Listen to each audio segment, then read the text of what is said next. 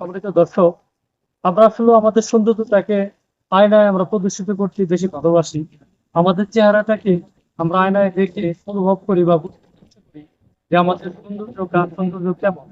আসলেও এই আয়নাতে আমাদের সৌন্দর্যগুলো দেখার পরিবর্তে যদি আমাদের চরিত্রগুলো যদি দেখা যেত, তাহলে হয়তোবা মানুষ আয়নাতে আমাদের সৌন্দর্যগুলোকে দেখে এবং সৌন্দর্যগুলোকে ভালো করার পরিবর্তে তাদের চরিত্রগুলোকে ভালো করার জন্য বেশি বেশি চেষ্টা করতো। আমাদের সমাজে অনেক মানুষ আছে যারা তাদের চরিত্রটাকে নোংরা রাখে এবং তাদের সৌন্দর্যটাকে বেশি বেশি বৃদ্ধি করার জন্য চেষ্টা করে।